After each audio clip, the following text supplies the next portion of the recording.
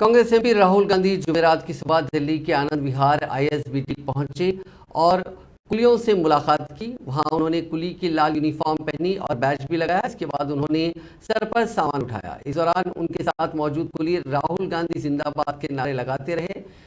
राहुल ने इसके बाद कुलियों से बातचीत की और उनकी परेशानियों के बारे में पूछा।